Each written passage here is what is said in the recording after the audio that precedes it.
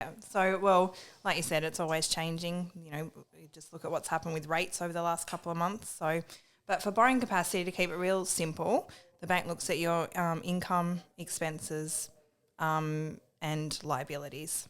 So, working out firstly your income, and you've got different types of income like your PAYG, your self-employed. Plus, there's not so I suppose standard incomes as well. Like if you haven't been self-employed for 2 years, there's other ways that the bank assess your income, and same as casual and overtime and all that type of thing. So it's always good to speak to someone about your borrowing capacity, because they'll be able to work that out and nut it down so that, you know, the figure that they give you at the end of the day is correct, rather than like your online borrowing capacity calculators, and that can be a bit off. And the good thing about going through us is if you're a single parent, if you're getting parenting payments, if you're getting any type of government income, we can use that as well. We also source a lender that will look at your needs as well, and look at take all of your income into consideration, because some banks take certain things and some banks don't. Yeah.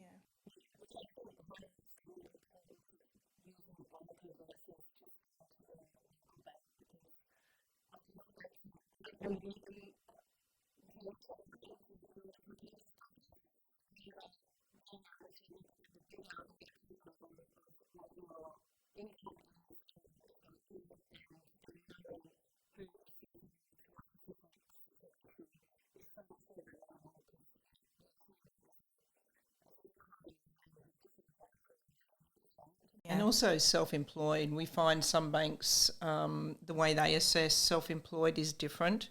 So we definitely go through certain banks for self-employed. And we always say if you go to a specific bank, then you've got to fit into their policy, where we'll find a bank that suits you and what your needs are. So because we have access to 40 different lenders to be able to look at, so makes a big difference. Okay. And so that's obviously in relation to your income, but from an expense point of view, what do the banks look at? And I don't know if you criteria, but what do they look at in terms of expenses? So expenses, so you've got living expenses and you've got liabilities. So living expenses are your everyday transactions like groceries, healthcare, medical, clothing. Like they really nut it down into different categories that you have to kind of say this is how much you spend, like for your household. Even recreation and entertainment, they go right down into that. So And even pets, alcohol, cigarettes, all of those things that that people may have on there that don't realise that the bank will take that into consideration. Afterpay, zip pay. Yeah.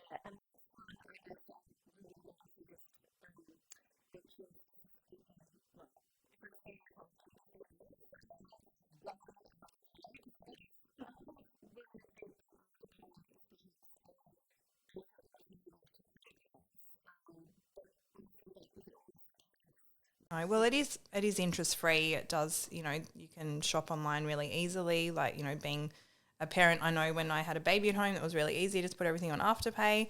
But the banks have shifted the way they look at Afterpay now. So previously it was just part of your expenses, but they actually now like it listed as a liability. So if you've got a $1,000 or $2,000 limit on your Afterpay, it's pretty much classified the same as a credit card. So it does actually affect your borrowing capacity at the end of the day.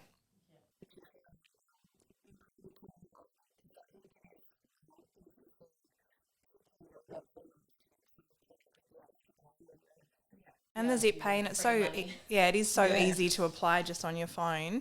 But the thing is as well, if you do have these things, they normally are smaller limits, so they can be paid off quite quickly. And Afterpay is only 4 payments, but that's what we can help you with as part of your borrowing capacity as well. So look, this keep it or take it, but this is the difference in your borrowing capacity.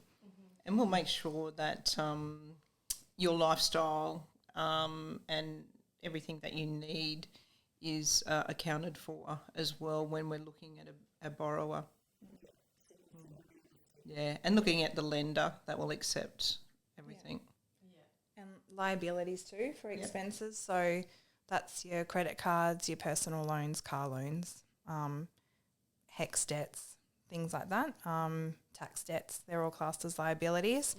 So you've got your income and your net disposable income, but any liability that you have, whatever your monthly payment in, that's then taking away from your monthly, I suppose, income to support a loan. So I suppose the higher amount of liabilities you have, it will impact your borrowing capacity also. So you find, your high repayment car loans, that's a big thing we're seeing at the moment, and is people going out and either getting short-term car loans or higher limits, and that does, $1,500 a month, that really eats into your borrowing capacity for a home.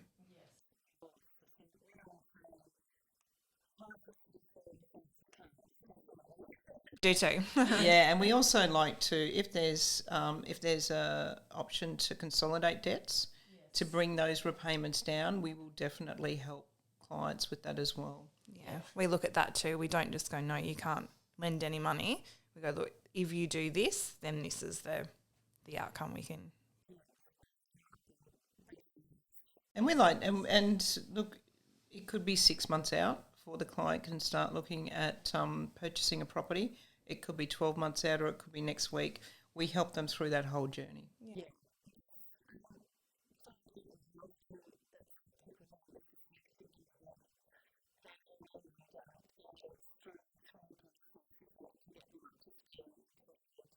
And we've got And clients we work with for recently 2 years almost, where they started with no deposit and finally got into their own home. So yeah, it is. And we're so really excited to do this. Like it means a lot to us as well. And you build such a great relationship with people because now they're renovating and they send us photos, and we love really the housewarming parties and the champagne.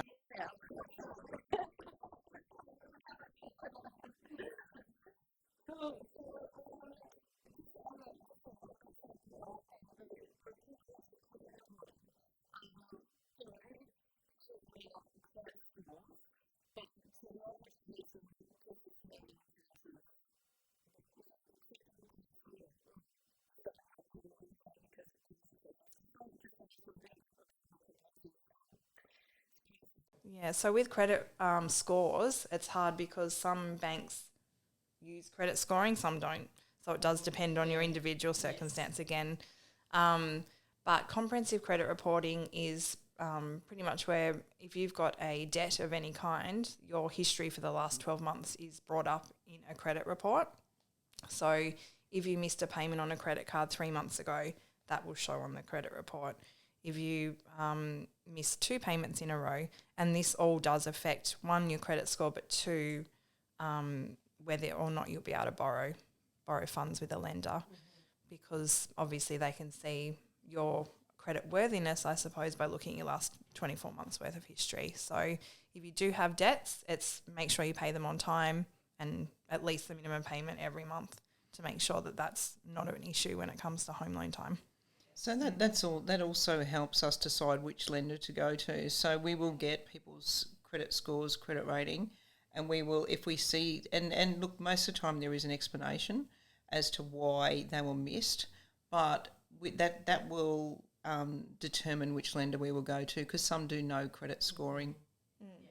So it means like if you do have I suppose a credit history that's not that great, still don't think you're out of the market, but come chat to us and we'll tell you what we can do for you. Yeah. But it's always good to be, aware of it from now on if you have had a bad history. Yeah. Pay those bills. Yes. And even like phone bills, electricity bills, They all come up now. rates, everything. Yeah.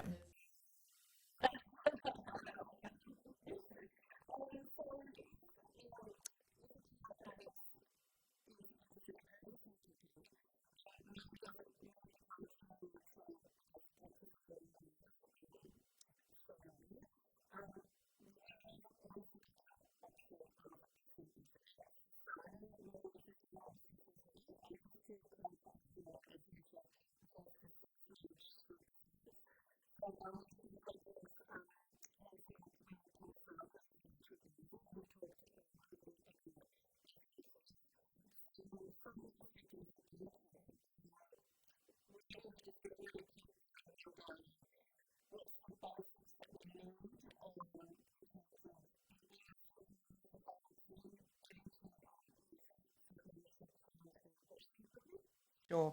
So we work very closely with the financial planner and the accountant, so to make sure that the structure is correct. From there, basically, the super fund is its own entity.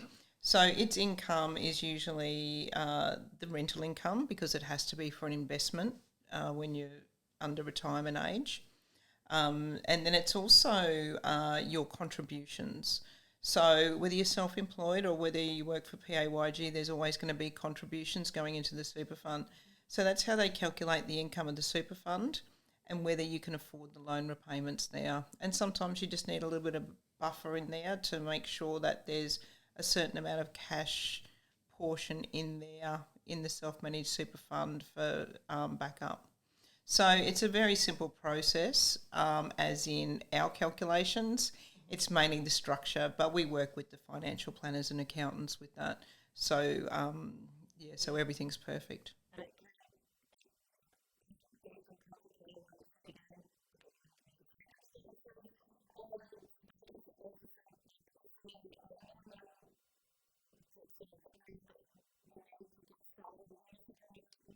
On the property you're purchasing, because you'll need a 20% deposit plus costs to cover, plus leave a 5 or 10% buffer in the super fund depending on the lender.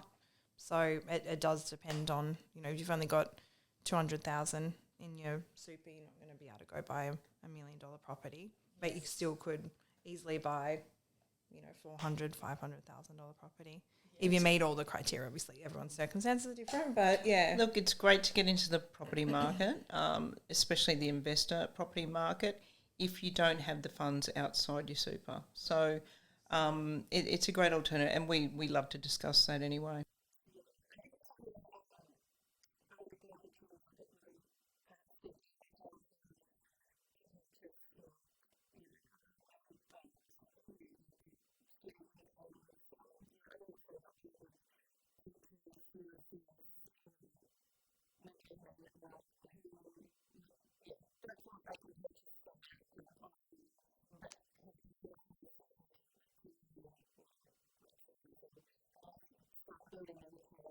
Yeah, it's fantastic Use to for set up your retirement super. planning. Yeah, set up your retirement. Yeah.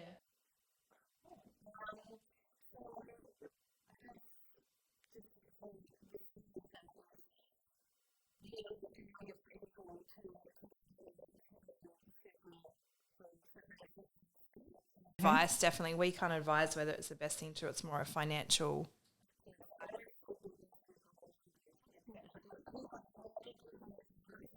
This is not financial advice. But yeah, to just speak to the right people first, but then we can definitely help you with the lending. And we definitely work very closely with them. Yeah, with the to make sure professionals. it's a smooth process.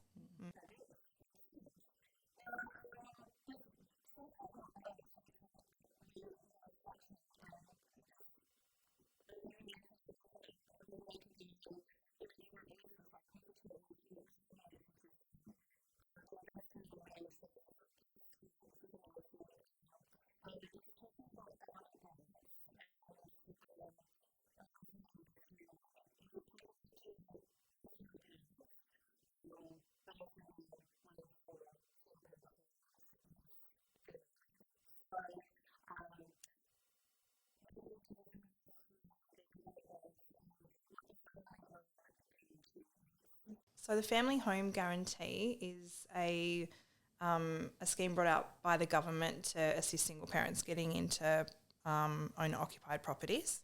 So what it is you need at least a 2% deposit, but the government will guarantee the remainder of the 18% with the lender so that you don't pay mortgage insurance. And single parent families with at least one dependent child, income up to 125,000, obviously over 18. There's a few other little bits and pieces to it, but there's spots available where 2% deposit's all you need to be able to get into the market. And this opens up, I think, so many opportunities for people who have a little bit of savings but don't think they have enough to buy a home.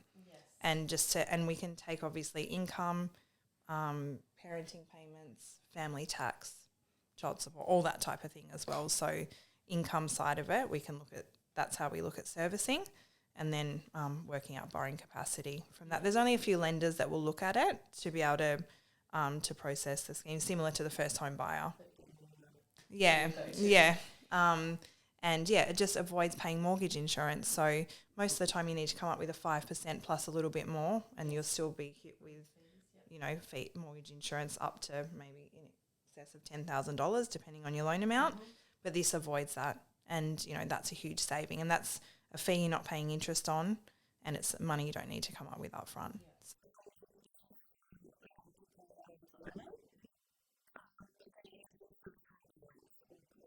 It can be, they could have had a home previously years ago. It doesn't matter. This is just for their next home. Yeah, so they're eligible. Yeah.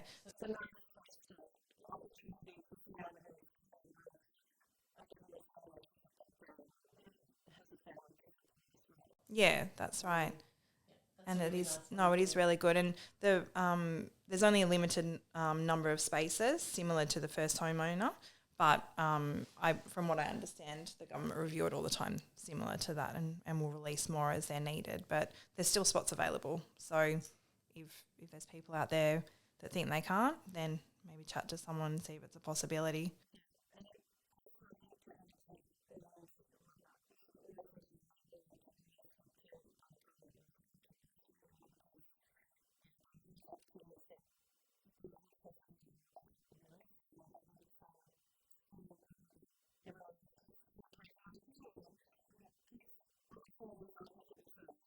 Yeah, I agree. And definitely, just on the note of making sure you speak to someone, we've had customers recently who we've just sat with for a chat who didn't think that they were eligible at all or able to get a home loan, and they're now actively looking because they've got a pre-approval.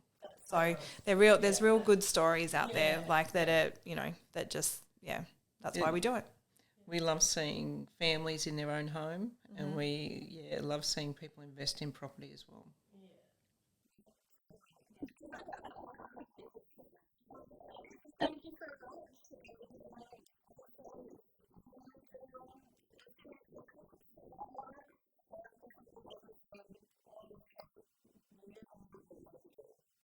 Thank you. Thank you for having us. Thanks for having us.